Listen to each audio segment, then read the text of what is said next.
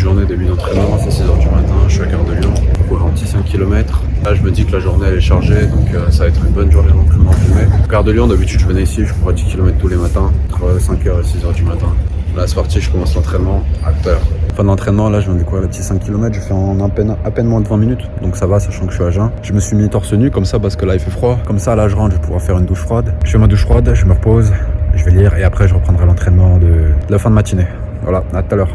Bon là je viens de prendre ma douche froide, ça m'a fait du bien. Je pensais aller dormir mais en fait ça va, j'ai mis la musique de Dragon Ball Z, là ça va, j'ai de l'énergie. Ce que je vais faire là c'est que je vais préparer à manger, ensuite je vais lire. Donc là c'est super intéressant ce que je lis parce que genre attendez. Donc là il y a à gauche là Move, en fait c'est genre le mouvement, donc ça va être sur mon prochain podcast. Là, la dernière fois j'ai fait sur la respiration, si vous voulez aller voir c'est intéressant.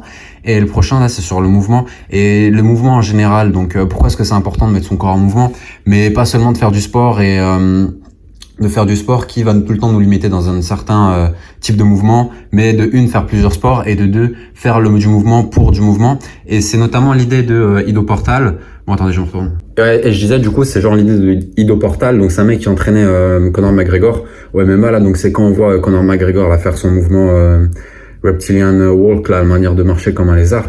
Et en fait, ça, c'est pour travailler toute la proprioception, l'interoception, et travailler son repère, son repérage dans l'espace, comment est-ce qu'on peut marcher, et travailler son neurone interne, son système vestibulaire, etc., etc. Donc en fait, il y a plein de trucs à apprendre du mouvement, et du coup, c'est ce que je suis en train de faire. Donc là, je suis en train de lire un livre d'introduction qui me servira de base pour mon prochain petit podcast. Et ensuite, là, ce que je suis en train de faire aussi d'autres. Donc l'autre bouquin que je suis en train de lire là, c'est Built from Broken. Donc en fait c'est pour optimiser ma récupération parce que je fais beaucoup de sport et qu'il y a beaucoup de moyens d'optimiser sa récupération, parce qu'on dit tout le temps nanana sur entraînement, mais la vérité c'est parce qu'on prend pas soin de notre corps, que ce soit au niveau de l'alimentation ou bien au niveau des mouvements de base, que ce soit pas faire des étirements tout simplement. Il y en a pas beaucoup qui le font en réalité, et on se retrouve vite avec des douleurs. Bon, en réalité d'après les études, les étirements ça ne veut pas avoir un impact sur les blessures, mais pour certains, si par exemple moi ça me fait beaucoup de bien au niveau des douleurs. Au niveau des blessures, je sais pas, mais au niveau des douleurs, des douleurs, c'est sûr et certain, ça me fait du bien de m'étirer. Donc en fait moi mon idée c'est que plus on récupère, mieux on récupère, plus on peut encaisser du volume d'entraînement. Et moi mon but c'est de faire le plus possible de récupération, comme ça je peux enchaîner avec le plus possible de volume d'entraînement. Et c'est pour ça que je crois pas trop déjà au surentraînement, parce que pour arriver au surentraînement, les gars, je vous ai dit pendant 3 mois, je me levais à entre 5h et 4h du matin, je faisais du sport 2 fois par jour, tous les jours sans exception, et j'ai pas été surentraîné, au contraire, ça m'a fait encore plus de bien, j'avais encore plus d'énergie, j'ai jamais eu de problème avec ça, ni le surentraînement, parce qu'un des symptômes du surentraînement, c'est au niveau du système nerveux, t'es claqué, et ça m'est jamais arrivé, j'avais jamais autant de patates que quand je faisais du sport 2 fois par jour. Et pour vous dire, les athlètes de haut niveau, ils sont capables de faire du sport 6 fois par jour, alors que moi, quand on me dit qu'avec un entraînement 1 fois par jour, avec un petit volume, tu vas finir avec un surentraînement, les gars, c'est pas possible. C'est que vous avez soit des problèmes mentaux, bon, je dis pas ça méchamment, hein, soit c'est des problèmes mentaux, souvent des problèmes psychologiques, peut-être des blessures, on sait jamais. Il y a plein de trucs comme ça. Et les gars, pour arriver au surentraînement, faut le faire. Les gars, un corps humain, il est capable de courir 24 heures, un corps humain, il est capable de faire 24 heures de vélo, même 48 heures de course, il est capable de courir 5000 km en 70 jours. Bon, faut être entraîné. Et vous pensez vraiment que, il y a plein de trucs qui sont possibles, et faut pas être limité par ce qu'on vous a dit, et essayez, faites votre maximum, poussez-vous au-delà de vos propres limites, de vos propres croyances, j'en sais rien, partez courir 30 km comme ça une fois, sortez de chez vous, courez 30 km, vous verrez que vous pouvez le faire, et pour vous, courir 10 km, ce sera simple, quoi. Et moi, c'est mon cas, je dis courir 10 km, pour moi, c'est rien du tout, c'est doigt dans le nez, quoi. Bon, après, je cours pas pour la vitesse, donc ça, c'est autre chose. Mais pour moi, les distances, genre 10 km, c'est rien du tout. Une fois que j'ai couru 100 km, 10 km, c'est une balade de santé, quoi. Bon, bref. Et je finis de faire manger, là, et je vais lire. Ah ouais, je tiens à rajouter un truc, hein, les gars, si vous voulez expérimenter le surentraînement, poussez-vous à mort, et vous verrez si vous arrivez à vous surentraîner, parce que des fois, souvent, l'esprit est moins capable de ce que votre corps est capable d'encaisser, donc essayez.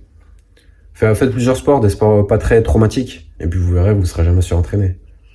Enfin, après, bon, faut avoir les trucs à côté, quoi, qui nous permettent de récupérer, etc. Mais vous verrez que pour arriver sur l'entraînement, les gars, bon courage.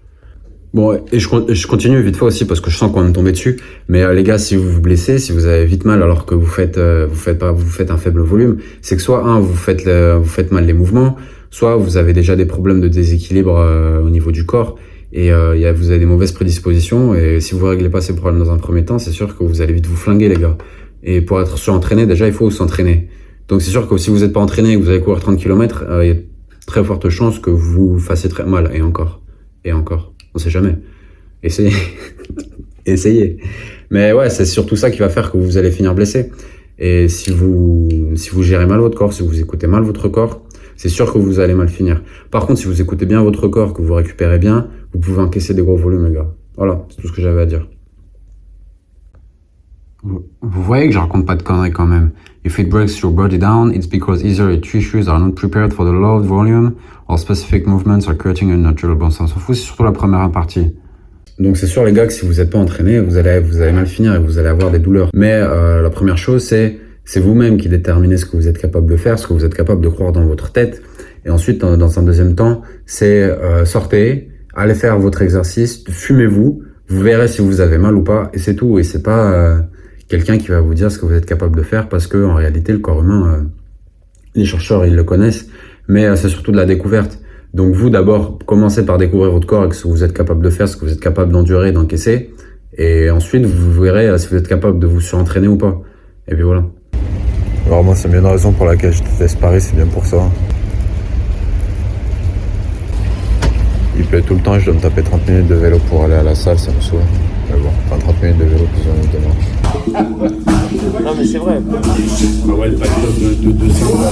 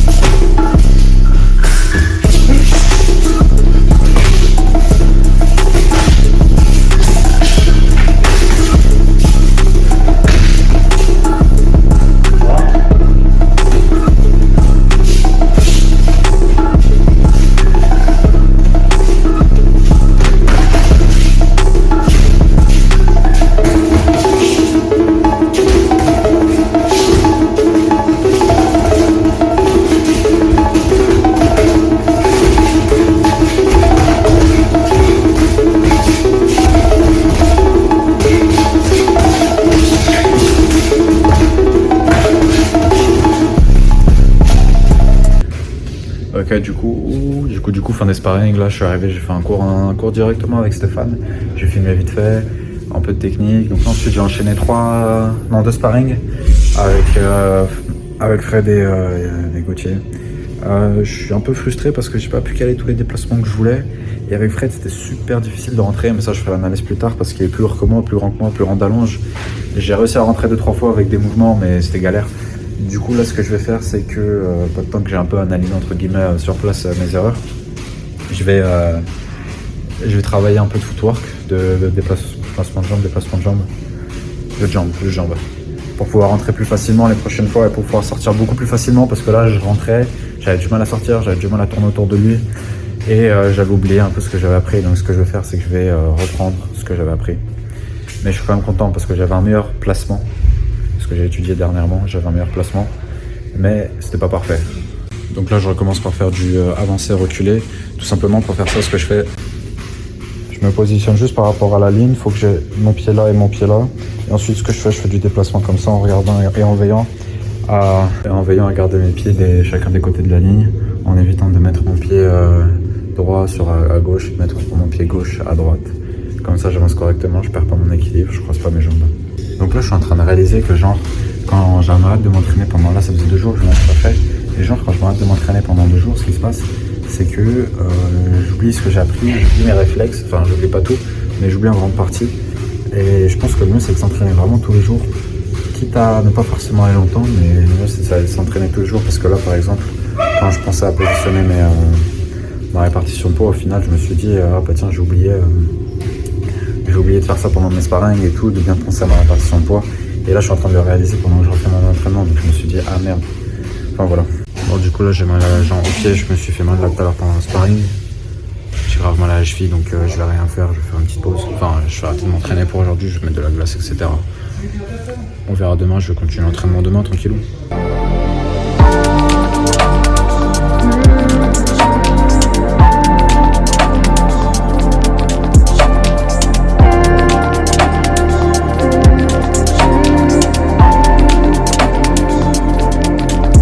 Le lendemain j'avais prévu de travailler un peu les kicks, mais là je pourrais pas le faire parce que j'ai ma cheville qui me fait beaucoup trop mal pour mettre des kicks, mais sinon pour marcher ça va. J'ai fait beaucoup de massages, j'ai fait des trucs de glaçons là sur mes pieds, j'ai fait un choc thermique sur mes pieds, donc là ça va beaucoup mieux, je pouvais marcher, j'ai presque pas mal. Puis je vais éviter de mettre des kicks parce que c'est juste des impacts et ça va juste me faire mal, bref. Du coup que du footwork aujourd'hui, que du footwork, et je reprends ce que j'avais fait hier, donc side step, et aussi avancer, reculer, aller sur le côté, side step, et puis voilà.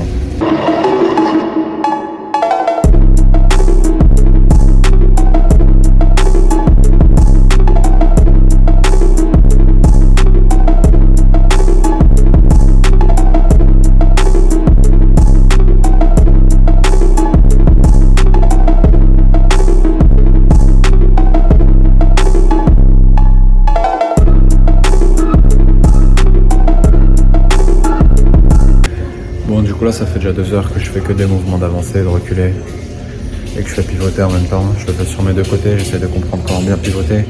En fait le truc, si ça me prend autant de temps, c'est parce que je suis régulier sur ce que je fais.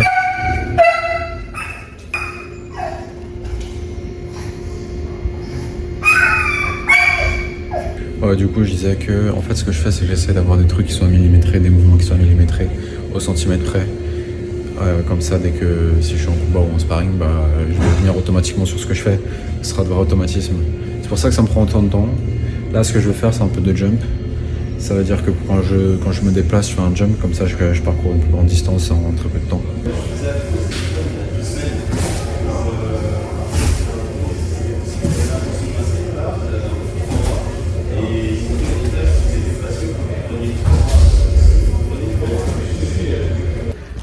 Fini l'entraînement là, j'avais pas beaucoup d'énergie aujourd'hui, mais ça je suis quand même resté 3 heures